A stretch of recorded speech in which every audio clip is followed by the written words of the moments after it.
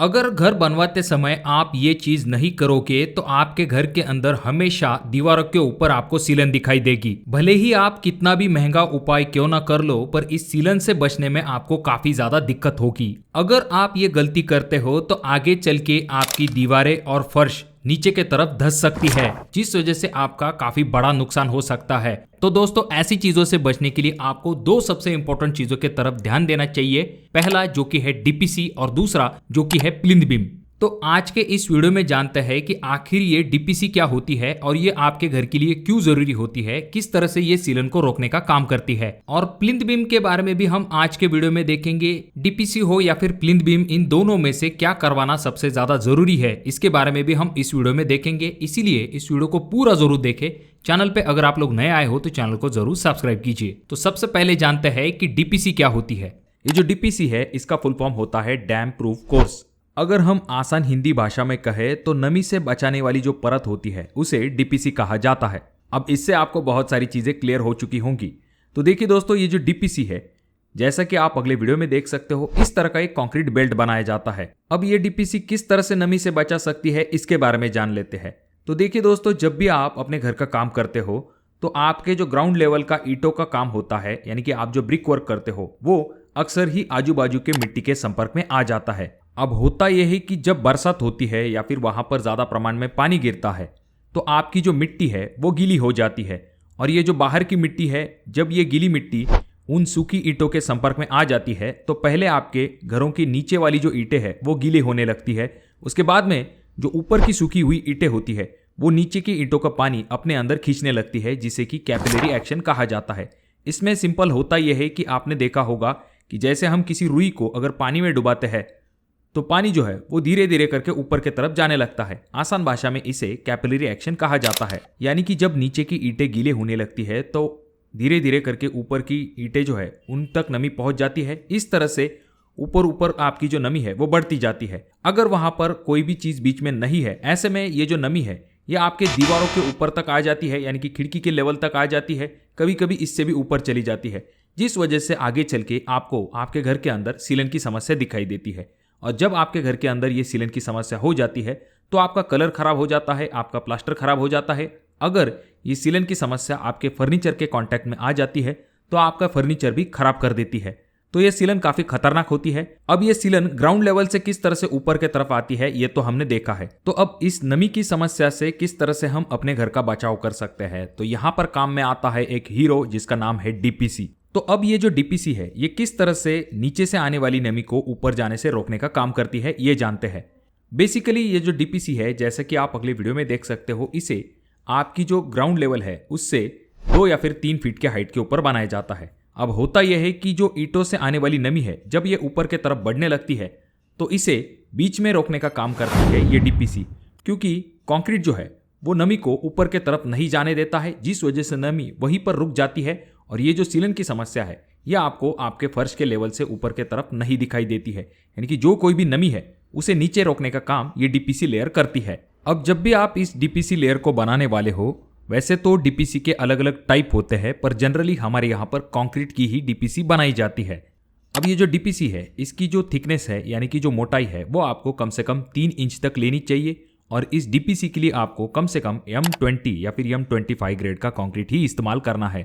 उससे कम ग्रेड का कंक्रीट आपको बिल्कुल भी इस्तेमाल नहीं करना है। और ये जो डीपीसी है इसकी लोकेशन भी काफी इंपॉर्टेंट है। आपको ग्राउंड लेवल के बहुत ही नजदीक अगर आप इस डीपीसी को बना दोगे तो आगे चल के जब भी मिट्टी का भराव वहां पर बढ़ जाएगा तो आपकी डीपीसी नीचे की तरफ रह जाएगी और आपकी जो मिट्टी है वो अगर ऊपर आ जाती है तो सीलन धीरे धीरे करके आगे बढ़ सकती है। इसीलिए आपको डीपीसी की जो लेयर है उसे ग्राउंड लेवल से कम 2 या फिर 3 फीट के हाइट के ऊपर बनवाना चाहिए। जनरली ये जो डीपीसी होती है इसके अंदर रेनफोर्समेंट यानी कि स्टील का इस्तेमाल नहीं किया जाता है, क्योंकि इसका काम सिर्फ सीलन को रोकने का होता है। देखिए दोस्तों, ये जो डीपीसी है ये आपके घर के लिए काफी ज्यादा जरूरी है। ये आपके घर का सीलन से प्रोटेक्शन करती है। और ये बात जरूर ध्यान में रखिए कि आप आगे चल के कहोगे कि मैं कोई केमिकल इस्तेमाल कर लूंगा सीलन की समस्या के लिए, तो देखिए दोस्तों, फिर चाहे आप कितना भी महंगे से महंगा डीपीसी के लिए केमिकल इस्तेमाल क्यों ना कर लो, वहां पर आगे चल के बार बार सीलन की समस्या निर्माण होती ही रहेगी। तो डीपीसी के बाद बात करते हैं प्लिंथ बीम के बारे में। तो जैसे मैंने आपको पहले कहा कि आपकी डीपीसी जो है वो आपके घर के लिए हीरो की तरह है।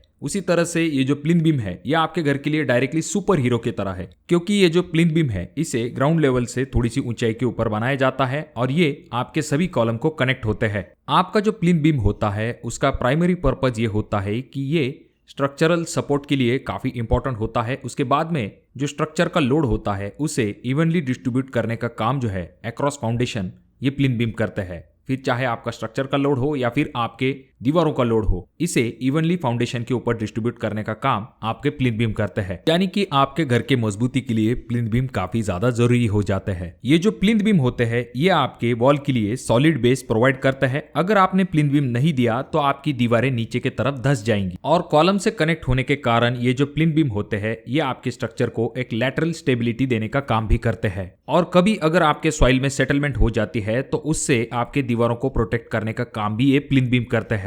यानी कि ये आपके दीवारों को नीचे की तरफ धंसने नहीं देते हैं। और कुछ जगह पर तो ये जो प्लिंथ बीम है इनके लोकेशन की वजह से ये डीपीसी का भी काम करते हैं। तो जैसे कि मैंने आपको कहा कि अगर डीपीसी हीरो है तो ये प्लिंथ बीम जो है ये सुपर हीरो की तरह है। जब भी इन प्लिंथ बीम को बनाया जाता है तो इनके लिए भी कंक्रीट का इस्तेमाल किया जाता है और इसके लिए कम से कम M20 ग्रेड का कंक्रीट इस्तेमाल किया जाता है और इसके अंदर स्टील का जरूर इस्तेमाल किया जाता है।